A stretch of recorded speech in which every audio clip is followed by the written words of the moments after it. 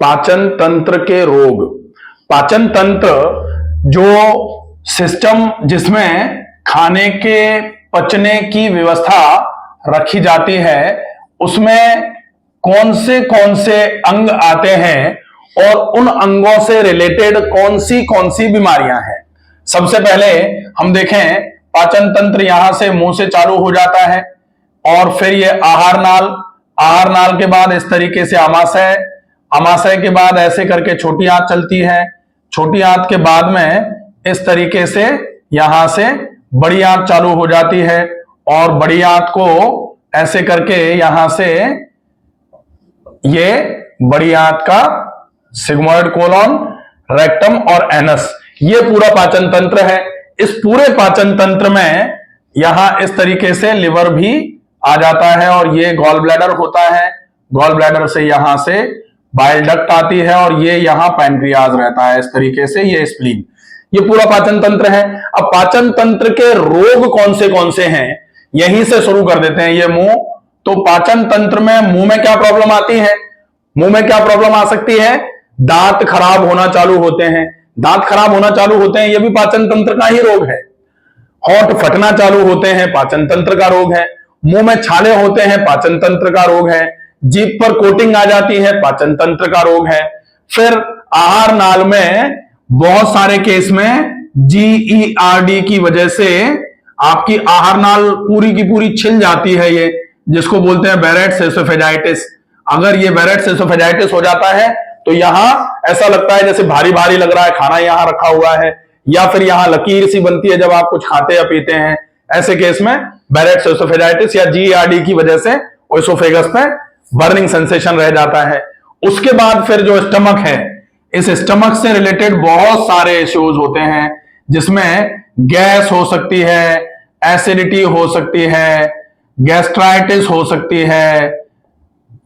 Gastritis के अलावा इसमें आपके गैस्ट्रिक अल्सर हो सकते हैं। फिर ये जो है डियोडिनाइटिस हो सकती है, डियोडिनल अल्सर हो सकते हैं। फिर छोटी आंत में सूजन हो सकती है, जिसको एंटेराइटिस बोलते हैं। फिर बड़ी आंत में कोलाइटिस हो सकती है, कॉन्स्टिपेशन हो सकता है। इसमें फिर अल्सरेटिव कोलाइटिस हो सकती है। बहुत ज्यादा मात्रा में एसिडिटी अगर रही तो फिर पेट भारी भारी रहेगा, पेट फूला रहेगा, अफारा रहेगा। फिर इसके बाद इसकी वजह से ही गर्दन में दर्द रहेगा, इसकी वजह से ही माइग्रेन आ जाएगा। ये सारे रोग जो हैं ये पाचन तंत्र के रोगों की श्रेणी में रखे जाते हैं कि पाचन तंत्र से संबंधित हैं ये रोग। अब इन रोगों का इलाज यदि आपको आसानी से करना है, मतलब यहां से लेकर के और पाइल्स है, या फिर फिसर हो गया है, या फिर फिस्टुला हो गया है, या फिर रेक्टल प्रोलैप्स हो रहा है, एनस निकल के कभी कभी बाहर की तरफ आना चालू हो जाता है, क्योंकि लगातार एनस पर जोर पड़ता रहता है। जो आंतें अंदर से बाहर की तरफ प्रेशर डालती रहती हैं, अगर थोड़ा सा भी सपोर्ट वीक पड़ा तो एनस निकल करके, रेक्टम निकल करके बाहर की तरफ आना चालू हो जाता है। एनस तो बेसिकली खुलता ही है, लेकिन रेक्टल एरिया जो है उस एनस से निकल करके ऐसे करके बाहर की तरफ आना चालू हो जाता है। बड़ी समस्या होती है ऐसे केस में। इन समस्याओं में बहुत अच्छा इलाज आप केवल 4 तरीके से कर सकते हो। वो कौन से 4 तरीके हैं? वो है, आप सुपाच्य आहार का उपयोग करिए, क्योंकि आहार तंत्र, पाचन तंत्र मतलब आहार तंत्र के रोग, और आहार तंत्र का अगर आहार को पचाने का काम है, और पचाने का काम है ऐसे केस में हम सुपाच्य आहार यदि लेना चालू कर दें तो निश्चित ही बहुत अच्छा आराम होना चालू हो जाएगा। तो क्या खाएं मैं, क्या होगा, क्या खाएं मैं, सुपाच्य खाएं, जो जल्दी पच जाता हो वैसा खाएं। अब जल्दी पच जाता हो वैसा खाएं, इसमें क्या है, कोशिश करें। 2 तरीके के लोग हो सकते हैं, पाचन तंत्र खराब है और वजन कम है, और पाचन तंत्र खराब है और वजन ज्यादा है। तो पाचन तंत्र खराब है और वजन अगर कम है, ऐसे केस में ज्यादा से ज्यादा मात्रा में जूस लिए जाएं, फलों के जूस लिए जाएं, नारियल पानी लिया जाए, ज्यादा से ज्यादा मात्रा में सौंफ और मिश्री लिया जाए, क्योंकि पाचन तंत्र को सौंफ और मिश्री पाचन के व्यवस्था को बढ़ाने का काम करती है। ज्यादा से ज्यादा मात्रा में फल का उपयोग किया जाए, बहुत अच्छा रहेगा। ठीक है, तो ये सुपाच्य है सारा। ज्यादा से ज्यादा मात्रा में वेजिटेबल दलिया, वेजिटेबल खिचड़ी का उपयोग कर लिया जाए। ज्यादा से ज्यादा मात्रा में उबली हुई सब्जियों का उपयोग कर लिया जाए तो यह सुपाच्य रहेगा। अब अगर मान लो वजन ज्यादा है, साथ में पाचन तंत्र के रोग है, तो ज्यादा वजन में आप जूस नहीं ले सकते। फिर आपको क्या करना पड़ेगा, कुछ ऐसा लेना पड़ेगा जो बल्क तो जिसका ज्यादा हो लेकिन पचने में जो बहुत हल्का हो। जैसे बहुत सारी सब्जियां, 90% सब्जियां डाल करके और थोड़ा सा दलिया या दाल और चावल, मूंग की दाल और चावल, धुली हुई मूंग की दाल और चावल डाल करके वेजिटेबल खिचड़ी या वेजिटेबल दलिया बनाया जाए और उसकी मात्रा बहुत सारी और खूब सारे पानी के साथ उसको पतला करके बनाया जाए। गाढ़ा अगर नहीं होगा तो फिर वो आपके पाचन तंत्र के रोगों को भी ठीक करेगा, साथ में वो आपके वजन को भी कम करने का काम करेगा, कमजोरी भी नहीं आने देगा। तो ये हो जाएगा क्या में। अब जो हम सुपाच्य खा रहे हैं उसको कैसे खाएं भी जरूरी है। कैसे खाएं, तो आप जो भी खा रहे हैं उसको एक ग्रास को कोशिश करके 60 बार चबाकर खाएं। अगर आप ये ध्यान रख लेंगे तो निश्चित ही ये पाचन जो भी आपने खाया है उसका और अच्छे तरीके से होना चालू हो जाएगा। आपने बहुत सुपाच्य खाया था लेकिन उस सुपाच्य को आपने बहुत चबा करके खा दिया, तो ये मान लो कि आपके लिए और इफेक्टिव तरीके से ये बहुत अच्छे तरीके से काम करना चालू करेगा। तो क्या खाएं, कैसे खाएं, अब कितना खाएं, कितना खाएं भी। जैसे सुपाच्य तो खा रहे हैं लेकिन उस सुपाच्य की भी मात्रा होती है। सुपाच्य है इसका मतलब गले तक भर के खा लेंगे, ऐसा नहीं है। सुपाच्य को भी कम मात्रा में आराम आराम से खूब चबा करके खाया जाए। सुपाच्य, अल्पाहार, कम मात्रा में। फिर अगर आपने ये 3 चीजें फॉलो कर ली तो फिर चौथे नंबर पे बारी आती है कि कब खाएं। कब खाएं का मतलब होता है आप नाश्ता जो है वो 9 बजे के आसपास कर लें, लंच जो है वो आप 12:30 बजे के पहले पहले कर लें और डिनर जो है वो 7 बजे के पहले पहले कर लें। अगर आपने ये शेड्यूल फॉलो कर लिया, ये ब्रेकफास्ट, लंच और डिनर, अब ब्रेकफास्ट के पहले एक बार आपने कुछ लिक्विड ले लिया, लंच और डिनर के बीच में एक लिक्विड ले लिया और एक लिक्विड आपने ले लिया सोने के लगभग 1 घंटे पहले। यह लिक्विड क्या हो सकता है, सौंफ मिश्री हो सकता है या आंवला मिश्री भी हो सकता है। यह लिक्विड क्या हो सकता है, लंच और डिनर के बीच में ये नारियल पानी हो सकता है, ये बेल का जूस हो सकता है, ये और कोई, अगर वजन कम है तो फलों का जूस हो सकता है, वजन ज्यादा है तो सब्जियों का जूस हो सकता है। फिर रात को सोने के पहले आप इसमें सौंफ और मिश्री का पानी ले सकते हैं। अगर डायबिटिक है तो अकेले सौंफ का पानी भी लिया जा सकता है। यह हो जाएगा आपका 4 चीजें कि आपको इसको क्या, कैसे, कितना और कब खाना है।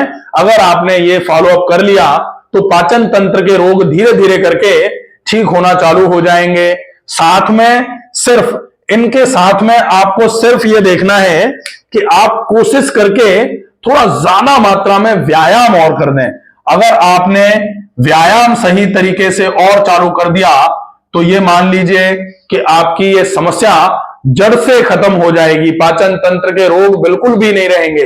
व्यायाम में क्या क्या आप कोशिश करो, टहलना हो जाए, टहलने के बाद अगर संभव हो जाए तो थोड़ा सा जो लूजनिंग एक्सरसाइजेस होती हैं वो लूजनिंग एक्सरसाइजेस थोड़ी हो जाएं और लूजनिंग एक्सरसाइजेस के बाद में अगर आप करना चाहें तो थोड़े बहुत आसनों का उपयोग कर सकते हैं।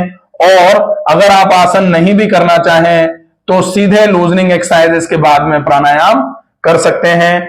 अगर टहलना, लूजनिंग एक्सरसाइजेस, आसन और प्राणायाम, या फिर टहलना, लूजनिंग एक्सरसाइजेस और डायरेक्ट प्राणायाम, अगर आप ये कर लेते हैं तो धीरे धीरे करके आपके पाचन तंत्र के सारे रोगों में ही आपको बहुत अच्छा आराम मिलना चालू हो जाएगा। साथ में रात का खाना लेट नहीं होगा, यह विशेष ध्यान रखना है। रात का खाना नहीं है, शाम का खाना होता है।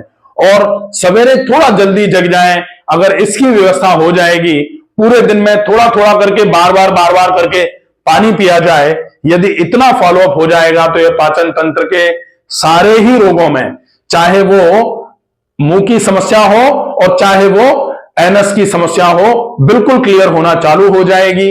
अगर आपने ये चालू किया है और इसके साथ में मान लेते हैं यहां एनस पर पाइल्स की प्रॉब्लम थी, एक्सटर्नल पाइल्स की, एनस निकल के बाहर आ रहा था, पाइल्स के मस्से निकल के बाहर आ रहे थे, या फिर इंटरनल पाइल्स थी और इंटरनल पाइल्स के मस्से यहां फूटे और ब्लीडिंग चालू हो रही थी।